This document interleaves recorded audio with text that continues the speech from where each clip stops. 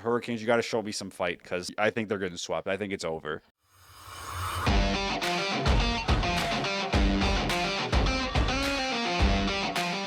Welcome to the Checking From Behind podcast. I'm your host, Zach, as always, joined by my co-host, Preston.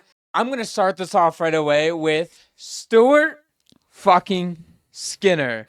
This dude either turns into prime Dominic Hasek or he is Alexander Georgiev in any hockey game he plays. Well, why is he catching a stray? All the goalies you named, you had to pick him? Yeah, first name that came to my mind. Alex, if you're listening, I apologize. You didn't deserve that. You have no dog in this fight. I don't know why he's throwing you under the bus like that. I'm sorry. You do play in the NHL and I don't. So you have a place in the league, I guess. Series is tied 1-1. Yeah, a lot more excited than the score lets you know. You look at the box score like 3-0 game, and you would say like, oh, Edmonton probably dominated them. Dallas had a lot of good chances. Stuart Skinner played really well. He had a kind of a crazy save. He got way out of the crease and got himself in a bad position. And Marchman had a wide open net, and Skinner couldn't even get his body over fast enough. And he just throws his stick down on the ice in desperation, and he ends up getting a piece of it just enough where it just went a little bit wide. But good game for the Oilers. Good contributions up and down the lineup. Didn't get out of the penalty kill trouble like they did in Game 1. Mm-hmm. Game 1 was crazy.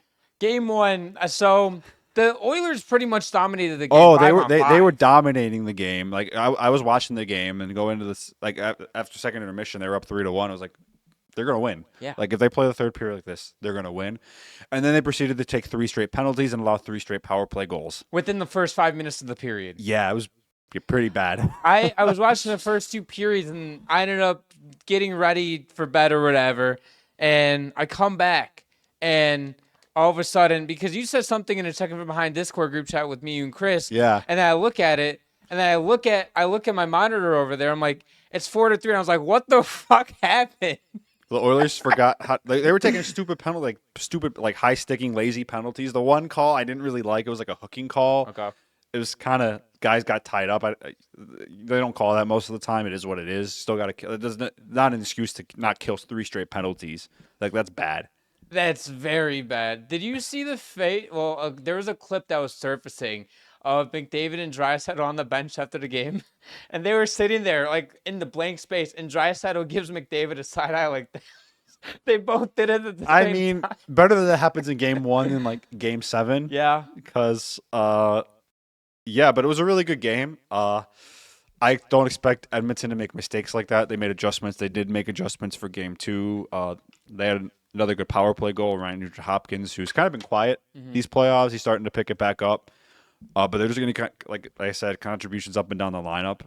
And it was a good game for both teams. And I expect this series to stay super competitive like this. Nugent-Hopkins has a very good first 2 games. He's been kind of quiet, like you said, for the first 2 rounds. He had a beautiful deflection goal on the power play last night. It was kind of I was a little bit lucky. It hit off one in Game 1 was really lucky. The goal he scored. Game 1 yesterday he scored was a good goal. The one back door. Yeah. Didn't that hit off a Stars player though? Or am I tripping? Or I think it was a bit of deflection, but he still had to use the hand eye to get the puck. The other one, McDavid came in on a rush and he tried passing it to him, and it went off 2 guys and bounced right to him, and he had a wide open net. I think McDavid tried to hit Corey Perry and it hit off a star and went right to Nugent-Hopkins. Yeah, he was right place, right time. But yeah, he had a good. The guy who had a really impressive goal yesterday was Connor Brown for the Oilers. He had a really nice tip in. It was like a bouncer. Ottinger had no chance on that. It literally he knocked it down and it bounced right over his pad. There was another shot. It was to go up. Was it to go up 2-0? Maybe it was. The one Kulak scored. Yeah, I think that went off another Dallas player. They're just kind of not helping themselves right now, but you got to get shots on net. I do think that special teams, as we already saw it in the first 2 games, play a huge factor. It's going to play a huge factor the entire series. That's how it was last year when these 2 teams played. Is Dallas had no answer for Edmonton's power play.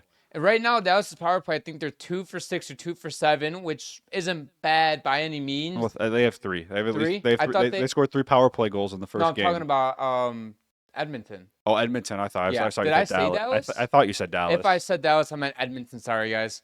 Edmonton's power play is looking okay. But Dallas has had a really good penalty kill in the playoffs, and no one's really figured it out. And then Edmonton, I think, has a good answer. 2 out of 7 out of power play is not bad. That's still just under a 30% clip. Yeah. And everybody sits here and acts like it's meh, because it's the Oilers and their power play is historically the last couple seasons been very good. Yeah, I mean, it took a bit of a step down this year. I think teams kind of figured out what they were trying to do and have made some adjustments. And Dallas has a really good penalty kill, like I said before. And they had a really good play that was working in game one. And then Edmonton was shorthanded for half of the third period. So didn't really get a chance to do that again. No. But, yeah, fun game. I think this series is going to go at least 6 or 7 games. I agree. I think it's 6 or 7 games minimum. I'd be shocked if one of these teams rattles off the next 3, especially with how it's been going too. I mean, last year when these two teams played, like Dallas looked like they were good to go, then Edmonton just played 3 straight games in pretty dominating fashion. Stuart Skinner played out of his mind. So yeah, you had the Stars are up 2-1 in the series, and then they go up 2 or 3-0 early in Game 4, and it's like Dallas might end up winning the series in 5, and then of course we all know what happened after that. Come back in that game, Stuart Skinner plays lights out, and it's like the Oilers are in the finals. And I've been covering a little bit of the Stars for the Hockey Writers because they've needed somebody else to help coverage for the Western Conference Finals. And have you ever heard of the Finnish 5? yeah, I know they make history last night. It was the first NHL game in history where all 5 of the starting players were Finnish. Yep. They like their Finns, and I mean they got some good ones on that team. They have been carrying this team, and I just put out an article today about how they're carrying the team. You have Mikko Rantanen, who is tied with McDavid and Draisaitl for the points lead in the playoffs. Granlund has been great. He's been phenomenal since being traded over. And you have Heiskanen, who has been phenomenal. And I think Lindell, Heiskanen's defensive partner, is a very underrated guy, and he's not going to give you points on a nightly basis, but what he will give you is the defensive production. He'll be out there on the penalty kill for you. He'll be out there in every defensive situation, and Peter DeBoer is able to rely on him in all situations to play with Heiskanen. And the one thing that I think what might hold Dallas back, I know we saw a little bit of production from Duchesne in Game 1, but the line of Duchesne, Robertson, and Johnson, awful. They have been horrible. Ever since Robertson came back, they have been not good. And I don't know what it is, and Robertson hasn't looked good at all. Johnson, he's got to be playing through something still. Yeah.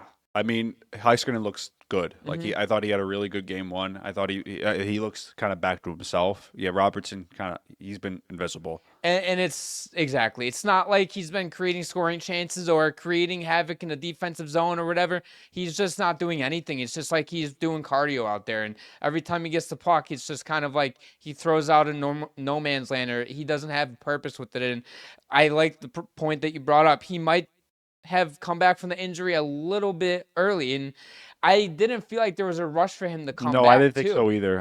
They were playing really well without him. No rush to get him back. Yeah, he honestly could have come back when Heiskanen came back. If it took him a couple more games to get healed up, that's much better than having him at 50% or 60% and battling something. And maybe he felt good enough where he could play, and now that he's back playing and it's physical out there, it's playoff hockey. And yeah, I mean, I don't think he's been like a detriment to the team. Because I think if that was the case, like if he was playing through something and the coaching staff didn't feel like he'd help them, it's like, just sit down, buddy. Get healthy. We're gonna keep going. Hopefully we'll see you in the Stanley Cup final. Yeah. Another little bit of concern I've had for the Stars, and this is gonna sound a little wild, is Mikko Rantanen. It's kind of his production's kind of been so up and down. Like I know he leads the league in points for the playoffs, but he's got 6 goals in 2 games. I mean, outside of like those big games where he throws together a lot of points, he has a lot of games in between where he's not really contributing on the score sheet. A lot of his production did come from between Game 5 of the Avs series and Game 3 of the Jets series. Yeah, and he had the back-to-back games with hat tricks. Outside of that, like I think he had 9 goals. Yeah, he has had 6 of them in 2 games. Yeah, he's had 9 goals, 11 assists. Yeah, so he's had 6 of his 9 goals in 2 games, which is impressive. But over the stretch of a playoffs, that's just a little concerning to me. It is very unsustainable. How concerned are you that Roope Hintz might end up missing time due to Darnell Nurse's slash last night? I would be concerned if I'm Dallas, especially when you have Jason Robertson not looking like himself. Roope Hintz is one of their better penalty killers too. He's a glue guy for this team. I don't think he gets enough credit for what he does for that Dallas Stars team. They can plug him in anywhere in the lineup, and he just is good. We'll see what the timetable looks. Didn't look good. He couldn't put any pressure on that foot. with that Nurse play, I don't think he was trying to hurt him. The two guys were just going at it in front of the net, and Nurse got him good. Don't get me wrong. The refs called a penalty. They reviewed it for a major. They deemed it was not worth being a major. I think he just hit him in a bad spot. Yeah, I kind of overreacted this morning when I first woke up because first thing I saw.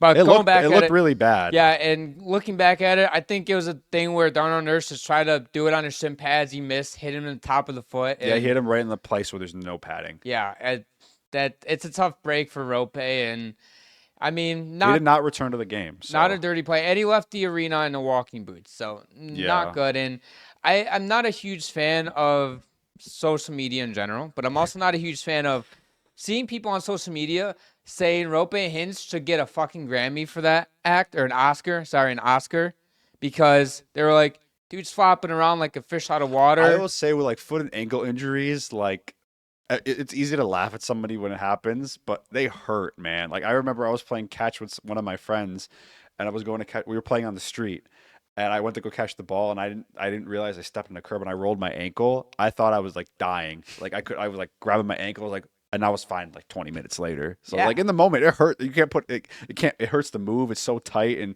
you put any kind of pressure on it, it hurts so bad. But then you walk it off, and you're usually fine. But in the moment, he was not faking that. That probably hurt like hell. Around that foot and ankle area and the joint, it's like you move it anyway, and you'll just.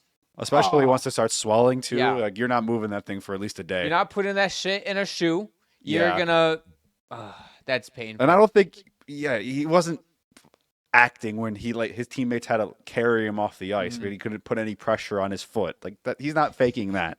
Did you see the quote that DeBoer had after the game? No. About it, he was like, "If you think that was McDavid getting carried off by his teammates, you think that NHL calls that a 5?" No. And he was being sarcastic, but he was like mad about it that they didn't get a 5, and he, of course, making the assumption that McDavid's the NHL's golden boy and that he would have gotten. I don't like that. I don't like that. I don't like that comment because I do think if it was McDavid that got slashed like that, I think the same thing would have happened. As far as I've seen, the NHL doesn't really give preferential treatment. It's not like the NFL where like if you're an elite quarterback, the refs give you the calls. I don't really see. The only player I can think of that I've seen have that happen with is Sidney Crosby. I remember people used to complain a lot about him where he would whine to the refs about something and then they'd change based on what he's saying. Yeah. But McDavid, I've never really seen that with. No, in fact, it feels like McDavid doesn't get a lot of calls. No. I think the refs are usually pretty fair in the NHL. They don't care if you're a superstar or a fourth liner. They're going to call like they see it. Yeah, and that's how it should be. They did the right thing. They reviewed it for a major. They took their time. Like, I'm really happy that rule exists where refs can call a major in the ice if they're not sure because it happens so fast. It's so hard to tell. Because there's a lot of things. Is there intent there? Like, were they going at each other? Was it just like a weird slip up? Or like shit happens. It's hockey. You got guys moving at a super fast speed. It's a super physical game. Sometimes people just get hurt. Sometimes it happens. Like I think a good example is when like with Florida and Carolina, Reinhart ended up getting hit a knee on knee. Not intentional at all. They didn't even call a penalty on the ice. To add to my point, like I don't see people complaining online about the refs like, oh, it was a dirty play. It wasn't a dirty play. Shit happens. It's sports. Get over it. It was in that front battle. They were going at each other. They were both slashing each other, and like I said, Darnell Nurse, he probably regrets it. You don't want to hurt your competitor. I at least from my perspective as an athlete, and I'm sure you could say this, anyone who's played sports, you want to play the other team while they're at their best. Because you want to be able to beat them at their best. And then when you beat them at the best, that's they when have no excuses. Right, exactly.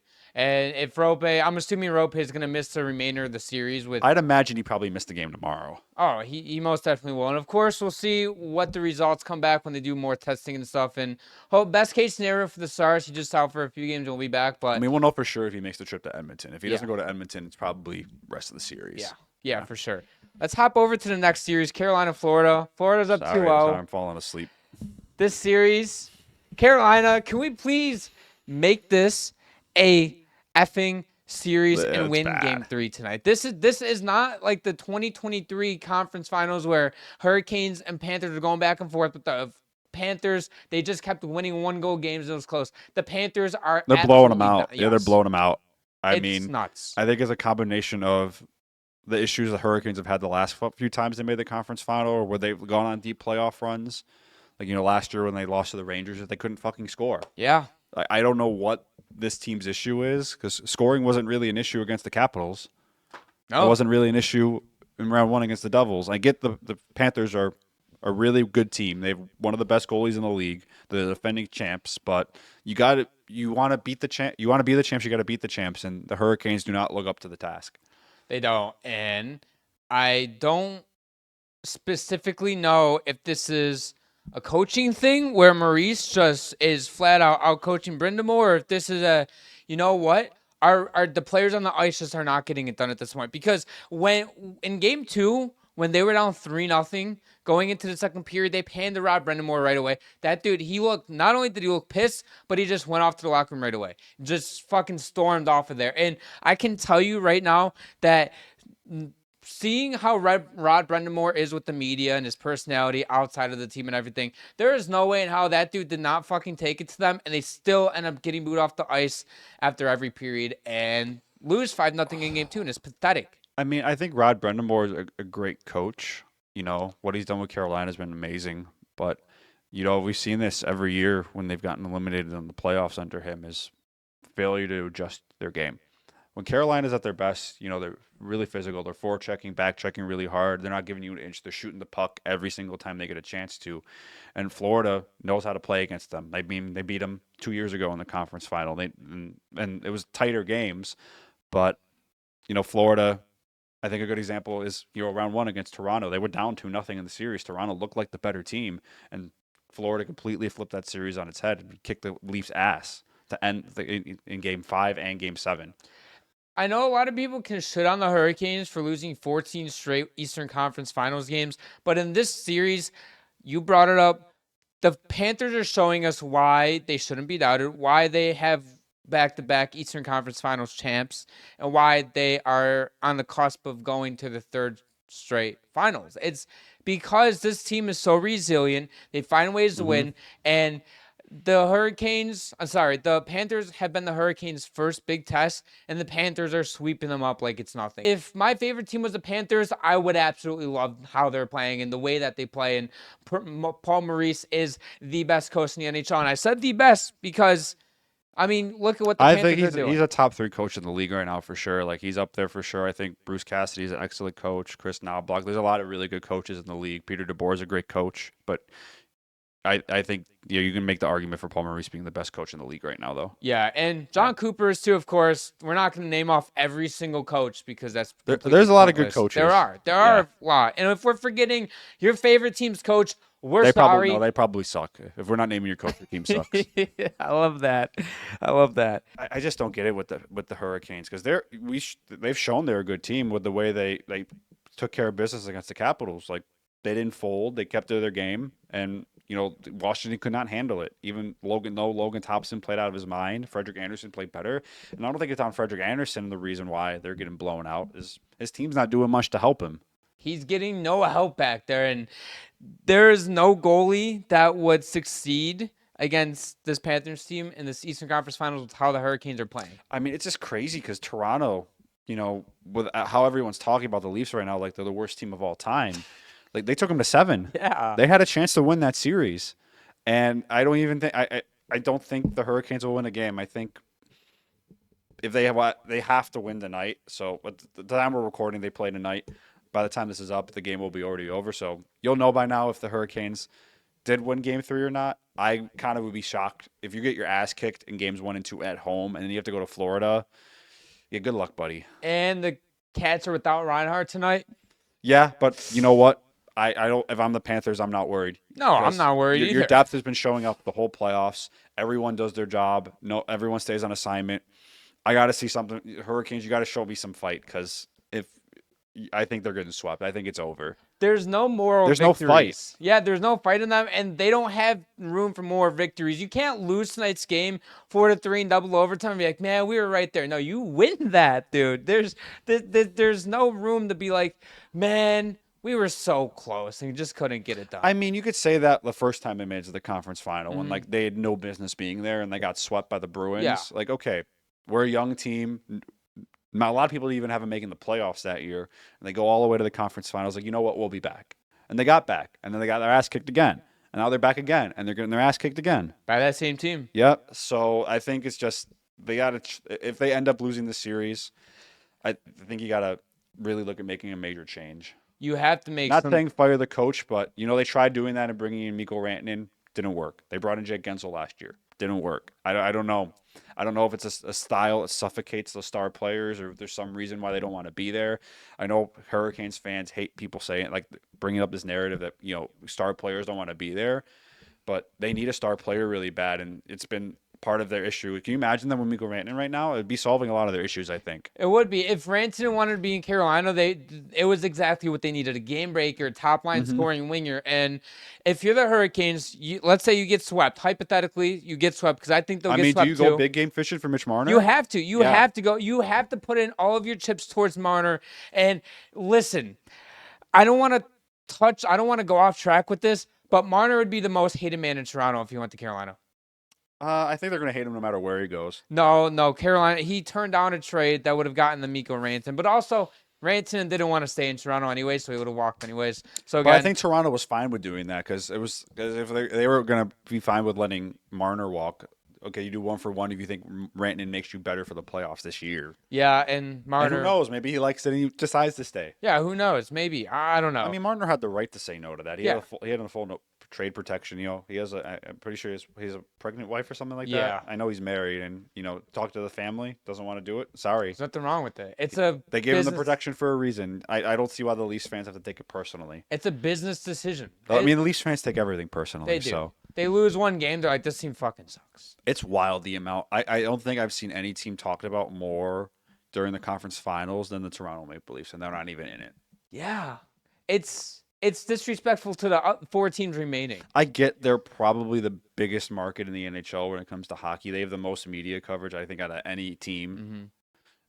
But I mean, especially in Canada, like they should be focusing on the Oilers right now. It's the last Canadian team left. I know Toronto gets a lot of eyes, and it's really fun to poke at a bad situation, but like, who cares right now? Like, we're in the conference final. Like, worry about that stuff later. The Oilers are on the cusp of their second straight Western Conference Finals champion. Like, talk about them. Talk about how McDavid is at 2 points per game following a loss in his playoff career. 34 games played after a loss, 65 points. McDavid's different, man. And Draisaitl has been really, really good too for them. Like, I mean, the Oilers are a scary team too. They just need more consistent goaltending. That is true. Is this crazy to think about? I brought this up in our little group chat over when the Leafs got eliminated. In the Carolina-Florida series, we're seeing the Panthers kill the Hurricanes. If the Leafs ended up getting past Florida, I think the Leafs would be on the cusp of a Stanley Cup Finals berth. I don't know. I think it would have been different, but I don't disagree with you. I mean, I guess it's the what-if game because maybe... Yeah, we'll never really know because, teams play very differently against other teams. And, yeah, I'm not sure. I'd like to think that Carolina would be a little bit more competitive against the Leafs, but because the Leafs had plenty of chances to take over that series against the Panthers, and they didn't. They shot themselves in the They were foot. up 2 games. They choked that series. They did. And the Panthers, they fought their way back. They have a ton of credit. Most of their credit goes to them, but also the Leafs losing Game 3 in overtime. That was great by the Panthers, but blowing a 2-0 lead. And then Game 7 and Game 5 getting killed. Yeah, Quick timeout before we get back to the episode, you beauties. As someone like myself who's into fitness and needs a little bit of an extra boost before a lift, or maybe I need just a little bit of energy before my next hockey game, and even when doing pod stuff to bring you guys the best content possible, W always has me covered. Whether you needed to stay awake at work or need a little bit of a jolt to get you through the day, W will always provide you that spark you need. There's no sugar, no crash, no artificial flavors or artificial dyes, just flavored caffeine. 150 milligrams of caffeine and 1 serving, which is equivalent to 2 cups of coffee. Make sure to head over to w.gg and use code CFB Pod for 10% off any order. I think that we can segue into talking about the Leafs. So, call us a hypocrite now. Yeah. But you can't escape it, so we might as well join in the fun. Brendan Shanahan is not going to have his contract renewed for the Maple Leafs. He will be he'll be available for hire for any team at the end of June because that's I'm when sure his they'll have people that are interested. The Islanders already reached out. I think they decided. Was that for hockey ops or like not the GM role, right? Who? The Islanders. The Islanders. That was GM, I think. They interviewed him Yeah. for the GM position. Oh wait, talking about Shanahan? Yeah. Oh, that was hockey ops. Sorry, I thought you were Okay. talking about that they just hired their new. No, I just said like the Islanders Okay. like talked to Yeah, him. yeah. No, because I think he's a good executive. Like you look Yeah. at the team he put together in Toronto, like they're a good team. I think the biggest issue in Toronto is they were in their own heads, and it was just the players not performing on the ice. You look at that roster, and it's a good roster. Like it's a good team up and down the lineup. They address goaltending, they address depth, they address defensemen, and the players just didn't get it done. I don't think it's a front office issue in Toronto. I think it's just a mentality issue with the core four, and that's it. And I get what is his name? It's Keith Pelly is the Leafs president and CEO. He ended up saying that he doesn't want to find a replacement for Shanahan and is going to work closer with Tree Living and Berube and just kind of go further with them. And I don't know. I think that the Maple Leafs they don't have a ton of work to do like in themselves. This isn't a situation where you have to look in the mirror and be like, we really have to make some roster changes. You're already going to lose Marner. Losing Marner is a huge roster change. Yeah, that is true. You're losing a 100-point guy. Yeah, that's huge. You have Tavares, who's a UFA, who has expressed that he wants to stay in Toronto. Toronto wants to keep him. We'll see. I think it's just the money's got to be right. Yeah, I think they'll find a way to make it work. Yeah, so you're gonna have to find a way to replace Marner, and if they think that Matty Nyes is that guy who can take on that role, then so be it. But right now, he's not a 75 assist guy like Marner has been. No. I don't think it's fair to kind of compare Matty Nyes right now to Marner because I think a lot of people are forgetting, how good Mitch Marner actually is. Like, it's so easy to dog on all these players, when they're down. But Marner has been one of the most consistent players for the Leafs since he got drafted. He actually is the best Toronto Maple Leaf that has been born in the Toronto area of all time. Yep, and he's probably not going to be a Maple Leaf anymore. I don't know if you saw any of the end of the end of season press conferences where Marner they were asking him about it. And he's like, I really loved my time here, yada yada yada. It sounded like he was talking about Toronto in the past tense, and he said he's going to take a couple of weeks to think about it, talk to his wife, figure out what the plan is. But that didn't sound to me like a guy that was committed to staying there. I think he has had his mind figured out for a little while now. I mean, I don't know if he's thought about it. I think when you're in that kind of situation, when you're in a deep playoff run, and I think contract's the last thing you want to think about because it happens when it happens. He's technically not a free agent until July 1st. There's plenty of time for that in between. Just focus on the things you can control right now. So I honestly don't think he's really thought about it. In a situation like Marner, did you hear about in 2019 the abusive stuff that fans would do towards him? I heard a little bit about it. I think I was listening to Steve Dangle. They were talking a little bit about it on their podcast. Yeah, but Toronto fans are different. They're like, some of them are borderline crazy. Of course, there's some Leafs fans that are rational, but every fan base has the stupid, crazy, diehard fans that like take everything personally and like literally like whole life is defined by their favorite team. Every team has that. It's just crossing the line, like fucking with a player, like personal life it's going way too far. Can't be saying shit about a wife or kids or threatening to kill somebody like that. This is their job. This is like if we ended up doing I'm gonna use me for example. Let's say I end up screwing up somebody's skate sharpening and 2 days later, they come back and be like, I'm going to fucking kill you. This is like, that's basically what's happening. Like, that's somebody going into Mitch Marner's personal life or just any pro sports player's life in general. Like, we saw the stuff with Jaren. I don't know if you saw the stuff with Jaren Duran about his mental health stuff. And then a fan 3 weeks later started saying to him or whatever about he wishes that Jaren Duran took his life or whatever. They're people too. Like a lot of people forget these athletes are just regular people. Like after they're done with their game, they go home to their wife, their family. They do things that we do. They might be a lot better at a lot of things that we are good that we do, but everyone's human. Yeah. So I want to go on to the Hawks. Ended up hiring Jeff Blashill as their next head coach. Formerly known as the Red Wings head coach from 2015 to 2022. He has not had a head coaching gig since he's been the Tampa Bay Lightning assistant coach for the last 3 seasons. This is a very interesting hire by the Hawks. When I first heard about this news, I didn't really like it. And then I thought about it a little bit more. given his track record. I remember when he took over the Red Wings for Mike Babcock when he left to go to Toronto, and people were really hyping it up. He did a really good job coaching the Red Wings AHL affiliate. They won a Calder Cup his first year as his head coach. He also won a championship at the ECHL level or the USHL, one of those leagues. Yeah. So the dude has a history of winning. He's a good history of developing younger players. I think his issues in Detroit were kind of, roster makeup, and they never really had a goalie there. They still don't have a goalie there. They still haven't made the playoffs since he left. So I don't think that's all on him. But he's going to a pretty similar situation that he left in Detroit, where you have a really young team with a lot of really good young prospects. Can they take the next step? And can Davidson build up competent roster around Bedard and around Blashill to put out a competitive team? Because frankly, you already see Bedard getting frustrated. He's coming off of his sophomore season. You have to give your new head coach something to work with, and you don't want this turning into a San Jose Sharks thing where the roster's so bad, then after a year you fire him because you guys are the worst team in the league. No, that's not gonna happen. Well, I think the reason why the Sharks did that is I don't think they were ever really serious about him. Like, what was it, David Quinn? Yeah. Being their long-term coach. They just needed someone, as shitty as it is to say, because it's kind of a shitty way to treat a person, but I don't think they ever really saw him as a long-term fit. Probably for the needed team. a filler for a year. And yeah, and then once they know they had Celebrini and like the guys they wanted, then bringing your coach that's going to be the guy to take you the next 3 or 4 years. That makes sense. And it feels like the Hawks think that Blashill will be able to take the Hawks to the next step. Yeah, I mean, they got to be patient with him.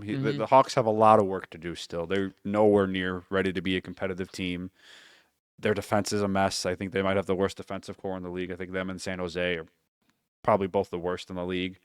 They have a guy who could possibly potentially be a top 5 player in the league in Connor Bedard. I think it's so easy to dog on him. You look at his numbers, like they're not great. Compared to his rookie year, not great.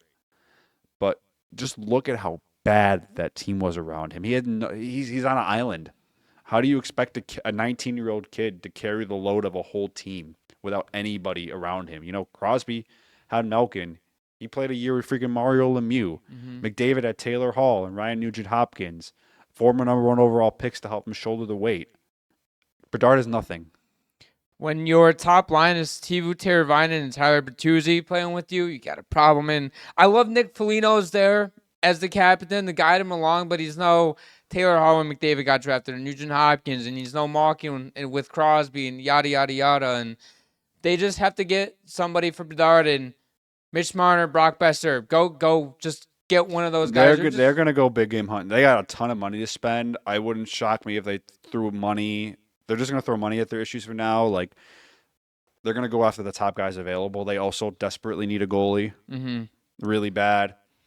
I don't know if they address this. Not really a good free agency class for goaltending, and getting a goalie in a trade is really expensive, so they might wait on that for a year.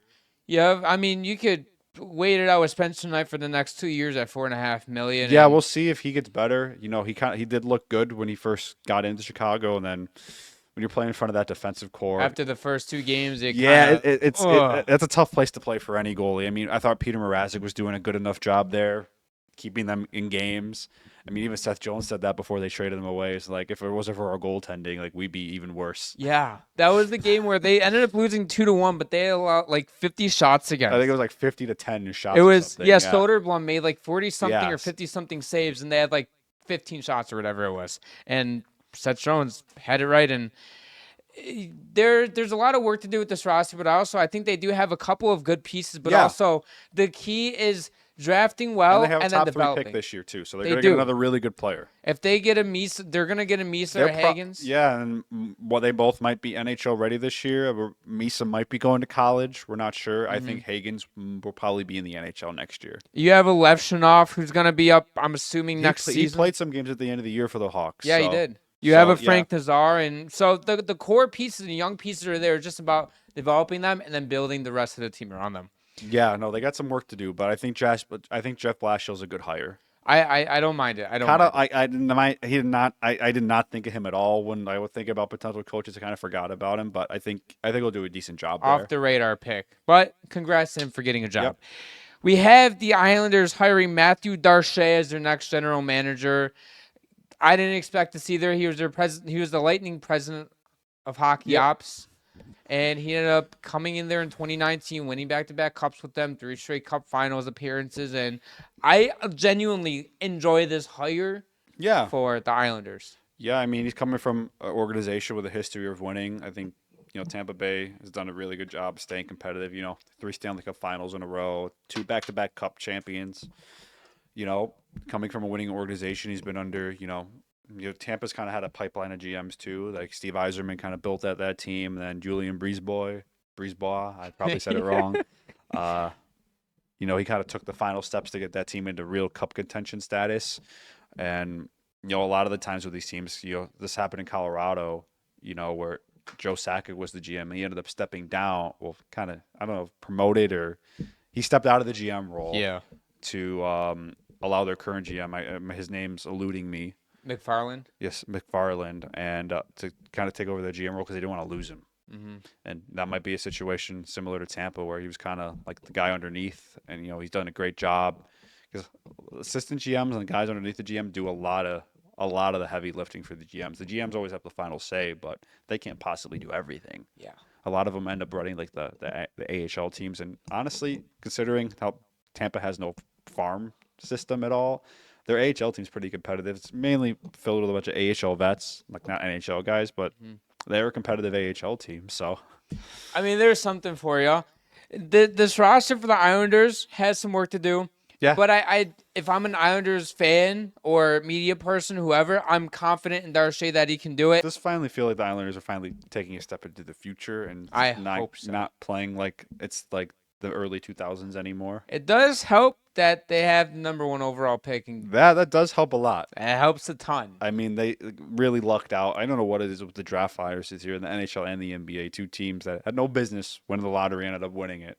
You had in the NBA, That was Dallas. That you can't tell me that wasn't rigged. No, it has been. Come on. And then in the NHL, you had the Islanders jump up 9 and Utah jump up 10 spots. That's nuts. That really is nuts. And with the Islanders roster, too, it's a mix of young guys and older guys, and you can rebuild this roster. Retool this roster in a couple of years if you end up doing the right chips. And you just have to make these calculated trades, and you don't have to go big fish hunting like some of these other teams do. Sure, it'd be nice to go out and get a top free agent, but you also don't need to. You have the pillars. You have a Barzal. You have a Horvat, who are both locked up. Honestly, I don't know if this is a hot take or not. It wouldn't shock me if the Islanders explored moving Horvat.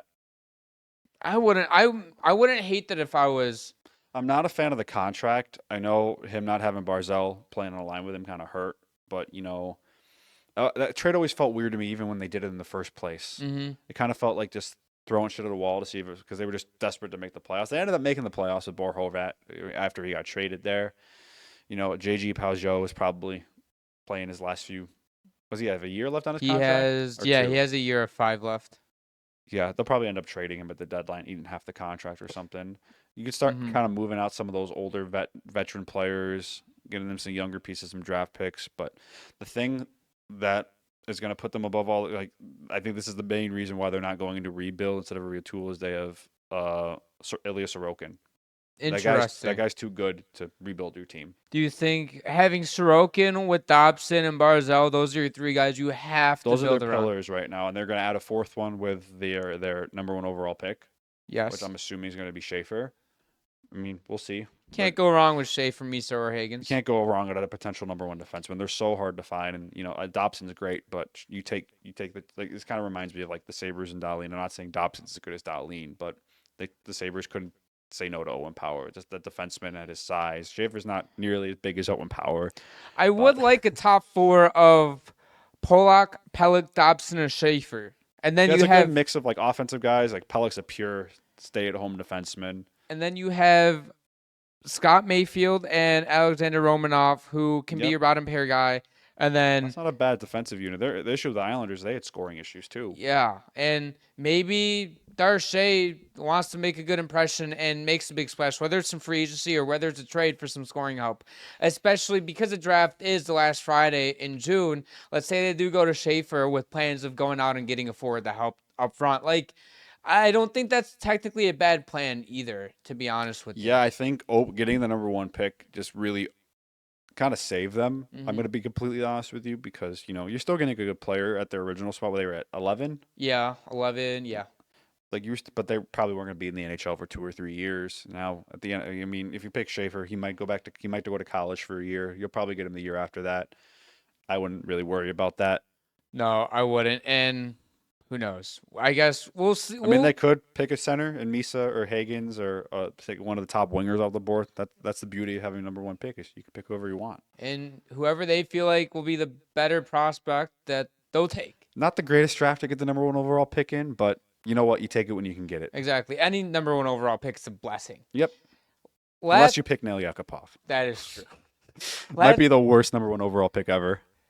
I would. You know what I'd love to do in the offseason? Talk about the top 10 worst number 1 overall picks. Another good one is I don't know if you know him, Alexander Dyke. I've never heard of him before. Now he is the reason why the draft lottery exists. Was this the year before the draft lottery? They instituted it like a few years after. Like teams were openly tanking for him. I have heard that teams were before, but I didn't know. Ottawa was like tanking. They weren't even trying to hide it. Like literally, anytime a player started playing well, gone. It's crazy. Yeah, they were like open. They were bad. Did Ottawa end up getting that? Yeah, they got him, and he was a bust. Arguably the biggest bust in NHL history. Him and now Yakupov like this. I mean, Yakupov was not. They were hyping Alexander Dyke to be like a superstar. When was this? Was this the 92. 90s? Okay. 92, 93. There's a good documentary they have on ESPN Plus about him. I will be watching that when I have time. What's the documentary called? Do you know? If I not, don't know. I can look it up later. I mean, they don't have a ton of hockey documentaries on there. It's one of the newer ones. Okay. It came out like a year or two ago. It was a really good watch. I mean, I feel bad for the guy. He never asked for any of that, but yeah, didn't really work out in Ottawa. Last but not least, let's talk about the Bowen Byram stuff. Yeah. Friedman on the 32 Thoughts podcast on Friday morning revealed that the Sabres have been gauging the trade market for Bowen Byram. He's an upcoming RFA. The Sabres are kind of they don't know if they want to sign him long-term. Byram doesn't know if he wants to sign him long-term. So they're kind of, I'm not saying that he's going to get traded, but it kind of feels like a situation where both sides are uncertain if they really want to get a long-term deal done here. Byram's a really interesting player to me because, we're Sabres fans. I like Byram, but I feel like he still has so much untapped potential. And I don't know if he'll ever hit that with the Sabres because they have Rasmus Dahlin, who's your clear-cut number 1 defenseman, and then you have Owen Power, who's developing, I think, really well. And when you have 2 guys like that, you'd love to have a guy like Bowen Byram, but he's made it clear he wants to be in a place where he can be a top-pair defenseman. And I don't think you see with the Sabres when they're just going to their games and watching them a lot, when they have like they need a score, they need something to happen, they put Power and Dahlin out there together. Like they don't really turn to Byram very often for situations like that. I think it'd be one thing if Byram, I know he wants to be number 1 defenseman, but it'd be one thing if it was like he was the 1B option, like Power is the Dahlin, whatever, and it's like, okay, you can be out there with Dahlin, or if Dahlin is off the ice and he needs a 30-second break, you go out there for the time being, but they throw Owen Power out there for everything, and Byram's kind of like the odd man out in that group. And I think things would change if he was right-handed, though. That's another curse, too, wrong. is Dahlin, Power, and Byram are all left-handed, and in a perfect world, you'd love to have all 3 of them on separate pairs with a good right-handed shot. But it's not realistic with 3 guys that good. You're going to want at least 2 of them out there together at any given moment. But if he was right-handed, they would have already extended him. I promise you. I don't disagree with that. They lack right-handed defensemen. And desperately. Maybe they trade Byram and his rights for a right-handed defenseman. I don't know. I have to look at him. I think he still has good trade value because I think Byram's at a very interesting point in his career. I think he's like 24, 25 years old. Where he's kind of running out of time to, kind of find what kind of player he is. But I still think like he can either be a really great top pair defenseman or he can just kind of be a guy that just plays. He's like middle pair, bottom pair kind of guy. He feels like a guy where if he signs with Buffalo, let's say an 8x8, for example, just throwing shit at the wall, he's going to say like a 35-point defenseman and kind of, he'll play top pair minutes with Dahlin if need be, and they'll keep Owen Power on the second pair, but he won't get any meaningful special teams. Yeah, minutes, because right? he wasn't even getting much power play time. Yeah, he only wasn't. when Dahlin or Power were hurt or gassed, then he would go out there and run the power play. Yeah. Like at the end of the year, Lindy Ruff was just kind of experimenting, throwing him on the power play, which is And- kind of wild that he wouldn't be out there. And if he goes to a team that needs a number one defenseman or a contender that kind of lacks that number one defenseman puck mover, and he's out there, even if it's the second power play unit, even if the second penalty kill unit, etc., he can thrive and be a 50 to 55 point guy and I give think you so. 40 Yeah, assists. he has such a high ceiling still. I think I don't know if he'll ever be able to reach that in Buffalo. And part of that isn't due to Buffalo being a joke of a franchise. They are a joke of a Yeah, they franchise, are. by the way. But it's also more just being buried. And I think Buffalo, they just don't have a need for a third guy. Byram's a luxury to have when you're a really great team, not when Mhm. you're a fringe playoff team at best. I think Byram's mind would change if Buffalo was good. Oh, for He sure. would not. I don't think he'd care. I think the Sabres mindset would change too, Mhm. because you look at that roster, they have needs. Yeah. They need this. I still think they're a little too easy to play against. They need really need a right-handed shot defenseman to play with Owen Power. Dahlin, he's at a point where he's good enough where you can play him with anybody, and he's gonna elevate everybody. Dahlin is one of probably 5 defensemen in the league. You can put him out there with anybody, and he's gonna make him better, his partner better. Not many other guys like that in the league. Owen Power, he can be that guy, but he needs some stability right now. He hasn't had a consistent partner in his career ever.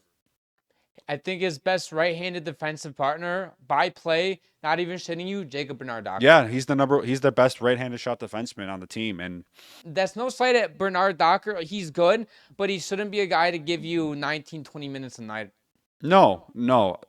He's ideally like a third pair defenseman. If he's a Sabres third pair defenseman with, I don't know, oh my God, I'm blanking I think right their now. only 2 right-handed shot defensemen are him and Sammy. I forgot about him. The pylon cone. Clifton too. Yeah, Connor Clifton. I can't believe I forget about Samuelson too. He's something needs to happen with him. But with Byram and everything, I think you just ship him out. I think you'll get a good return from him. I mean, it's going to be interesting to see what teams are interested in him. Because I don't even know. Because I'm trying to think of a team that would buy a defenseman like that right now. I have one for you. Yeah. If you're LA, do you go to Buffalo and you're like, what's the price on Byram?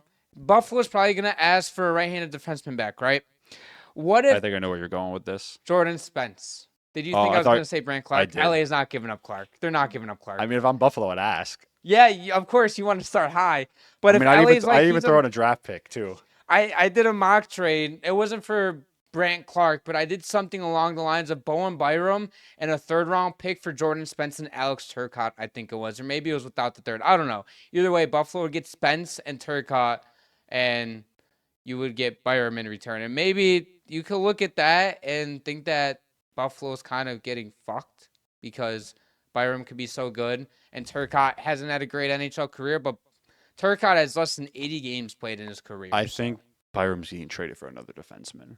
I think it'll be a right-handed defenseman, in fact. I mean, I'm the Sabres. I would call LA and say for Byram in a second for Brant Clark. I fucking do that, dude. I think both teams would do that. Brant Clark was apparently available at the deadline. Yeah, I mean, they have some new leadership now running the helm, so maybe that changes their perspective on things. But with Doughty getting older, he's gonna be gone within the next couple. I think it would seasons. be idiotic to trade Brant Clark, but Me too. I think Unless I don't get it. I don't get why they would be even willing to hear calls on him right now. No, if there is one guy that I would offer up if I'm LA, it is Jordan Spence. But even then, I would really want to hold on to Spence and Clark unless you really think Byram's going to be this all-world defenseman, top 15 in the league at his best. And otherwise, I don't think he'll ever be a number one defenseman. I think he could be like a serviceable top pair guy if you get him the right partner. But I think it's right now. I think just he had that. It was like that when he got traded to the Sabres, where he had that opportunity to either blossom or kind of stay where he was, and he kind of stayed where he was. This is interesting to another team, Minnesota. I know they have Jared Spurgeon, but Minnesota could use a guy like Byram, and there's speculation that maybe they want to move off of Marco Rossi for the right price this offseason. I don't see the Sabres being interested in Rossi. They already have Jack Quinn. Yeah, the same player. I mean, Yeah. two teammates together, the OHL. Yeah. That seems like a move that Kevin Adams would be like, he played with Quinn. Let's go get him. I mean, yeah, I think that would be a kind of a dumb move. I don't think that would really move the needle much for the Sabres because they're in a situation right now where as Kevin Adams somehow still has a job. I think if they don't make the playoffs this year, I think They're not another clean sweep of front office. I don't know how an organization ever expects to win when you're cleaning house every 4 years. You bring in new coaching staff all the time, new general managers, new scouts, new everything. Like, there's no stability at all. Why would anybody worth a damn want to come work there? Why would anybody want to work there? Why would anybody want to play there? I mean, I guess playing is technically working, but, and you see these teams around the league that are consistently good. They have a down season gone. They bring in another coach who has a resume of being good, and then they're good again. You look at a team like Boston, who they've been great with Jim Montgomery. They get off to a bad start. He's gone. I mean, that was a stupid move. That was very stupid. But, Jim Montgomery's a good example. Like, he got hired like a week or two after he got fired from the Bruins by the Blues. Did the Sabres reach out to him and say, hey, would you be considered coming here? And he's like, no, I don't want to deal with your ownership group or your management group. I don't trust them to, give me the time to put my vision together. And in St. Louis, where they've had the same GM for years, stable ownership that doesn't really meddle in team decisions, why would any good coach want to go there? Because the Sabres have been hiring the young guns, the up and comers for years, and they haven't panned out. It hasn't worked, and now they're asking these guys with the track record to come, and they're like, no, Yep. I'm not coming. Yeah, the Pagulas. That's why they even tried to get somebody to be a senior advisor to Kevin Adams, and they're like, I don't want to babysit your fucking. They should have done that when they hired Kevin Adams or hired a senior general manager, a guy who's seen things before. Sabres fans have been saying that for a long time, is get someone in there who has experience. Tim Murray was a first-time GM. Jason Botterill was the first-time GM. And Kevin Adams, well, I don't even think it was you could at least say Murray and Botterill were qualified to be hired because they had a track record. Kevin Adams did not. Kevin Adams came from being a player to running a hockey camp, and then he took a. Well, he was an assistant coach for a few years for the Sabres. Yeah, you're right. Like, he's been in the organization for a long time, but I don't see how they just get you up to general manager. You have to work your way up, and I don't think you really worked his way up. Like, you see some guys, like, they take on some sort of, like, front office role or, like, an assistant general manager role. Yeah, and then they get management role. Like, bringing the Blues back up. Armstrong has been the GM since the early 2010s for the Blues. I think, yeah. And they already have a place and plan for when his contract is up after the 26-27 season to bring the AGM to be the new GM. They announced that last summer. That's organizational stability. That is. And it baffles my mind because the Sabres have the same ownership group as the Bills. And ask football or sports fans around the league, the Bills are like the definition of a one organization. And you look at the Sabres, and they're like the fucking New York Jets. Yeah, they are the New York Jets. Yeah. I used to say the Cleveland Browns, but I leave the Browns fuck around and make the playoffs every once in a while. Yeah. The Jets are the only team that have a longer playoff drought than the Sabres. Yeah. Which is harder to do in the NFL. And it's only by a couple months. Yeah. It's sad. It really is sad. And it's turning us into, instead of watching Sabres hockey, we're like, let's go watch a different hockey game on that night because we'd rather watch hockey than watch the Sabres. I can't even cheer for any. I haven't ever cheered for my team in the playoffs since I was 8. No, right. Not 8. When I was 8th grade. Yeah. Like, I just watched the playoffs because I like watching hockey. I have no dog in the fight. I haven't had a dog in the fight in my whole adult life. We turn on playoff hockey and it's like, that would be nice to experience one day. I see all the fans, and they have the parties and everything. It's like, that'd be fun to go to. Every time ESPN or TNT pans into the parties and the squares and everything, it's like, man, that should be in Buffalo, but it's not because our owners are fucking idiots. Mm-hmm. And I wish I could go in more on them, and I could go on a 20-minute rant about why they should sell the team. That's gonna end it for today's episode. If you guys enjoy all of our content, subscribe, notification bell, as well as head down to the description to check out some more exclusive content and follow us on all of our social media. We'll see you guys in our next episode.